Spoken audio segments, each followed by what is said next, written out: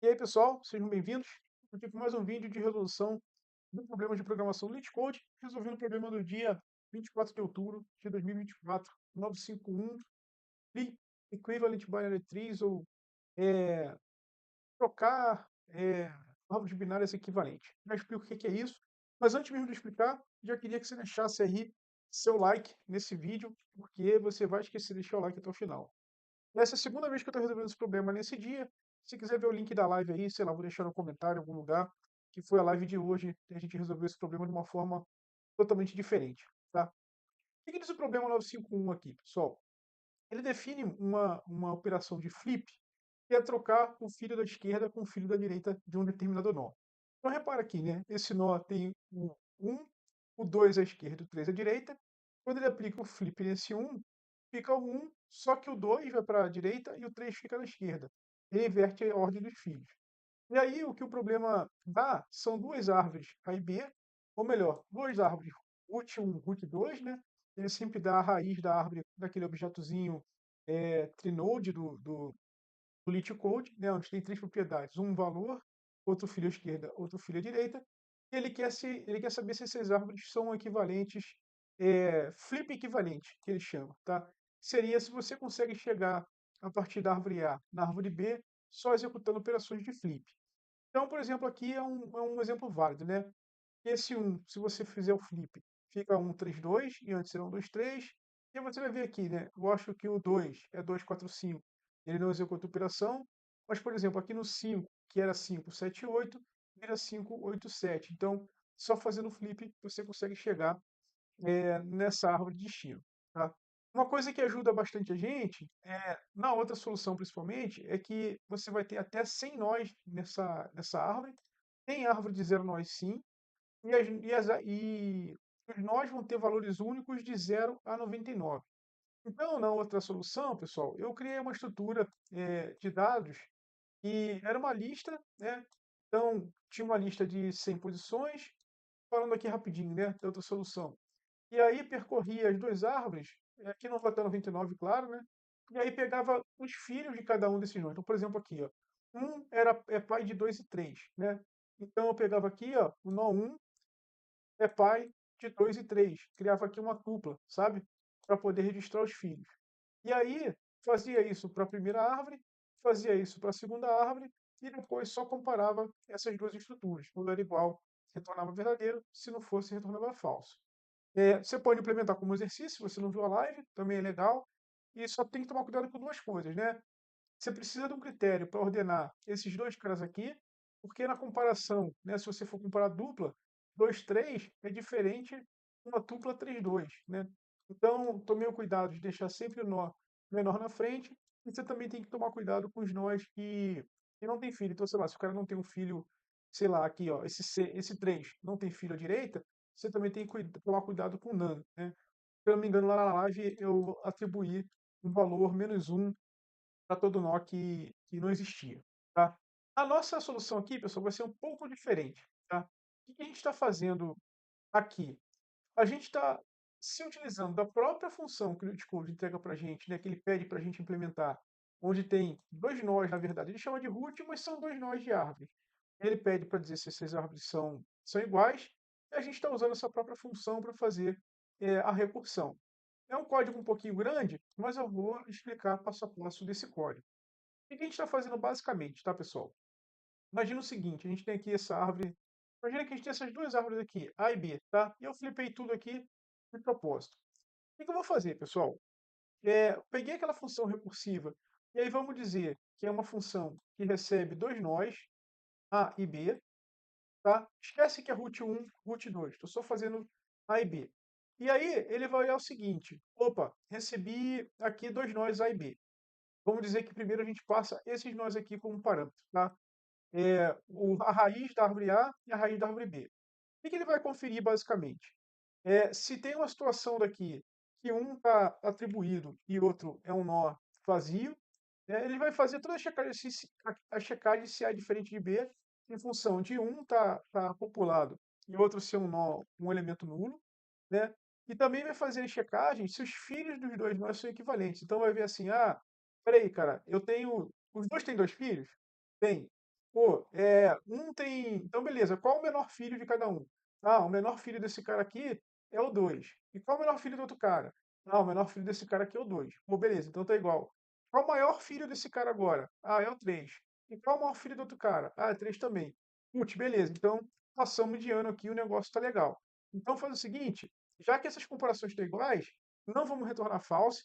Qualquer comparação aqui que falhasse, ele já retornaria false, né? E aí vai subindo na pilha, todo mundo vai ser false. E aí, aqui está o segredo do negócio. Pô, passou dessas checagens iniciais? Então faz o seguinte, retorna agora. Se o valor do nó que a gente está estudando é igual ao valor do outro nó que a gente está estudando, e retorna essa mesma checagem de menor com menor, e de checagem de maior, eu botei um aqui, né? Checagem de maior com maior. Tá? Então, ele faz as checagens básicas, depois compara nó menor com nó menor, compara nó maior com nó maior, e no final pede para checar esses caras aí fazendo a recursão. Eu acho que eu me enrolei um pouquinho aqui na explicação, mas eu consigo explicar aqui bem com código, tá?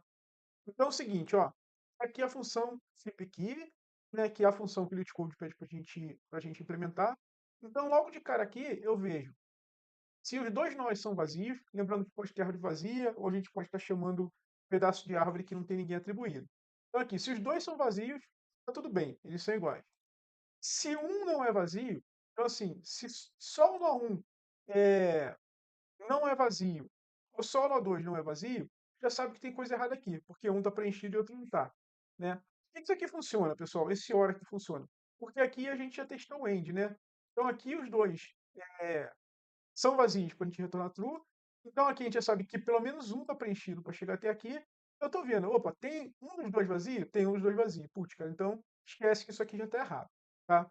Qual o próximo passo, pessoal? Aí aqui foi só para não repetir essas duas linhas, né?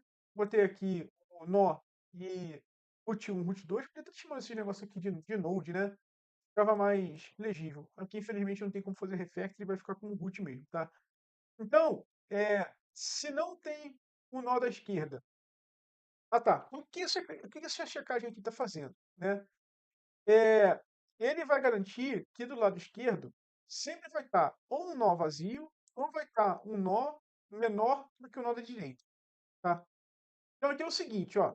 Se não tem o nó da esquerda, a gente vai ter duas situações. Ou vai ter o nó da direita, a gente não precisa trocar a ordem de ninguém, ou não vai ter também o nó da direita. Não, desculpa. Ou não vai ter o nó da direita, a gente não precisa trocar a ordem de ninguém, ou vai ter um nó da direita preenchido com qualquer valor e a gente também não vai querer mudar a ordem. Tá? Então aqui, ó, se não tem nó da esquerda, ou se tem nó da esquerda e tem nó da direita, e o valor do nó da esquerda é menor que o nó da direita, não faz nada. Né? Então isso aqui me garante que o filho da esquerda sempre vai ter um nó vazio ou um nó menor do que o nó da direita. Então isso aqui garante a nossa ordem. E aí não tem problema eu futucar a árvore para poder fazer essa mudança. Se eu não passei nesse teste aqui da linha 9, então eu preciso trocar a ordem entre nó da direita e nó da esquerda. Porque ou o nó da esquerda está maior que o da direita, ou o nó da direita é o nó vazio e o nó da esquerda é o preenchido. Tá? Então, não passando no teste da linha 9, troca a ordem da linha 10. Isso tanto para root 1 quanto para root 2. Então agora a gente está pronto para pau nas comparações. Vamos lá. Agora como é que a gente continua com as comparações aqui? Isso aqui está falando o seguinte, ó. Eu tenho os dois nós preenchidos, tá? Então os dois nós não são nulos. Os dois. Aqui é o contrário. Eu tenho pelo menos um nó nulo, tá? Então assim, ó. Se eu tenho pelo menos um nó nulo, mas lembra que aqui também eu posso ter dois nós nulos, né? E aí não me interessa muito essa condição. E pelo menos um está preenchido, ou seja, esse conjunto aqui está falando o seguinte: se eu tenho um preenchido e outro nulo, retorna false. Tá? Ó, se eu tenho pelo menos um dos dois nulos e se eu tenho um preenchido. Né? Junto essas duas coisas, está falando que um está preenchido e outro não, retorna false. Repito, exatamente o mesmo teste, só que em vez de olhar o nó da esquerda, eu estou olhando o nó da direita. Né? Então, assim, pô, se um está aceso e outro está apagado para a esquerda, retorna false. Se um está aceso e outro está apagado para a direita, retorna false.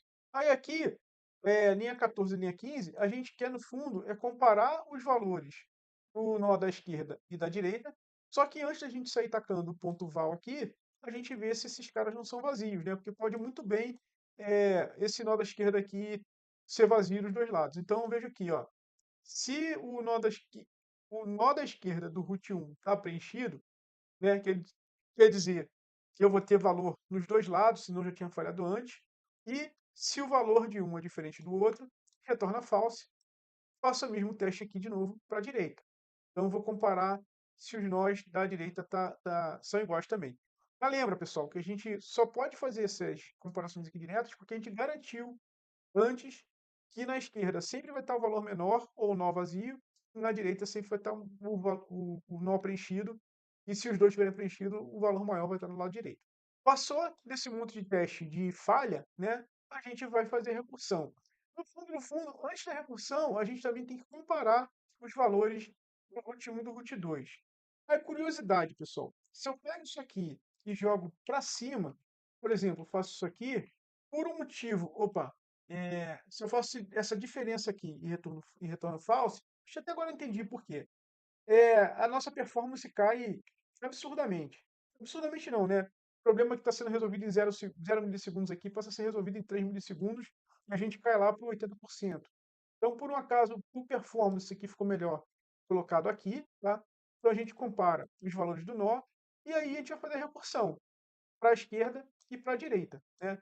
Basicamente foi o seguinte: a gente comparou esse cara com esse cara, deu ok. Pô, beleza. Essa comparação aqui deu ok. Então agora segue a vida comparando esse cara aqui da esquerda. Aqui está trocado porque ele não trocou, né?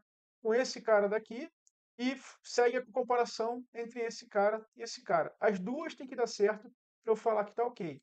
Então tá aqui, ó, comparação de root 1 esquerda com root 2 esquerda. Lembrando, né, que quando aqui é maior, na esquerda é maior do que na direita, a gente faz uma troca, né? A gente joga esse nó para cá e joga esse nó para cá aqui, tá? Então, faz a comparação de esquerda com esquerda e a comparação de direita com direita e me retorna esse resultado. Então vai cair nessa recursão. Se algum desses caras aqui falharem, né? Se algum desses caras derem false, vai subir a chamada de chamada de chamada de chamada, vai subir e aí no fim a última chamada aqui no topo da pilha vai retornar false. Se tudo der certo, o cara retorna true, tá? Então a gente submete aqui agora para ver como é que vai se sair esse problema. Acho que no último vídeo esqueci de submeter. Aqui, ó, batendo 100% da galera em tempo de execução, tá? Ao 24 de outubro, 1h16 da madrugada. Vê se é hora de alguém tá gravando o vídeo, né? E aí, pessoal, no fundo, fizemos aqui uma busca em profundidade, né? A gente pode usar a pilha para fazer busca em profundidade, e a nossa pilha, aqui no caso, é a própria função recursiva, né? É o equivalente a isso aqui, ó. A gente chama a função para SA, vamos chamar essa função aqui da chamada 1, né? E aí a gente chama ela para os filhos, né? Então, eu vou chamar aqui o filho B2, e aí lembra que a gente faz aquela chamada aqui, ó, flip do filho da esquerda e flip do filho da direita. Só que repara o seguinte, eu chamei para o filho da esquerda, aí primeiro eu vou processar o que vai acontecer aqui com o filho da esquerda.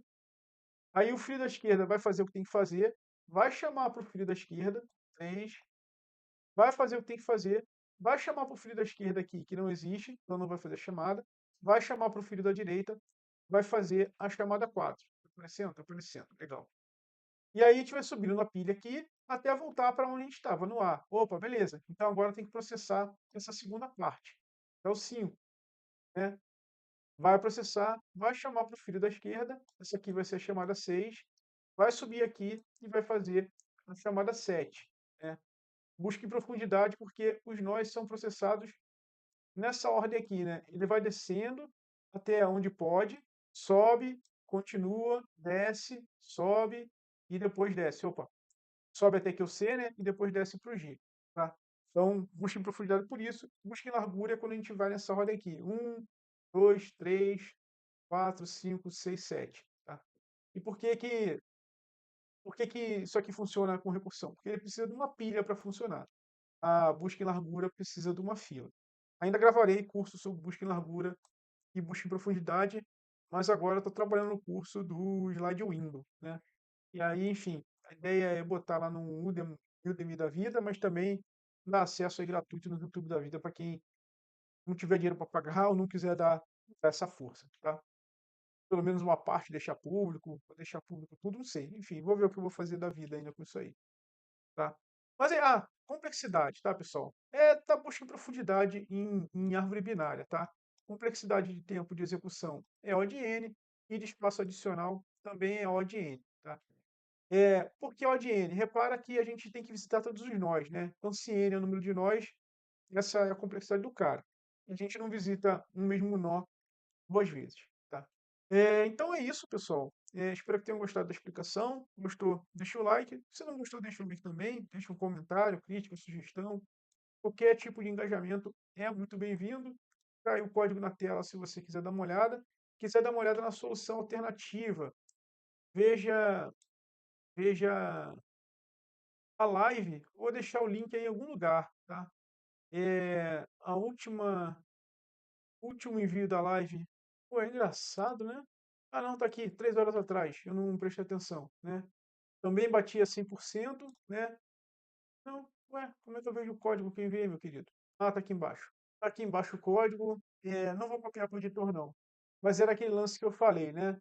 Tinha as duas estruturas de dados aqui com a lista de filhos do cada uma das árvores, né?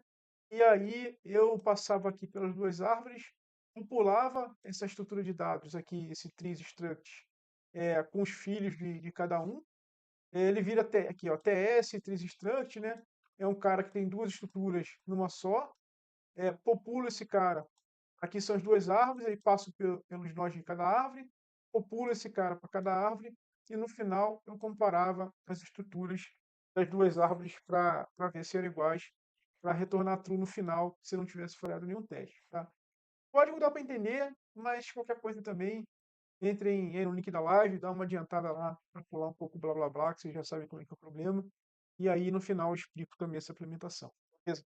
Agora sim, pessoal, se você gostou do vídeo, deixa o like. Se não gostou, deixa um comentário xingando. Só não dá dislike, pô, quebra essa aí pra gente. Mas por hoje tá bom, vamos nessa, até a próxima e um grande abraço. Tchau, tchau.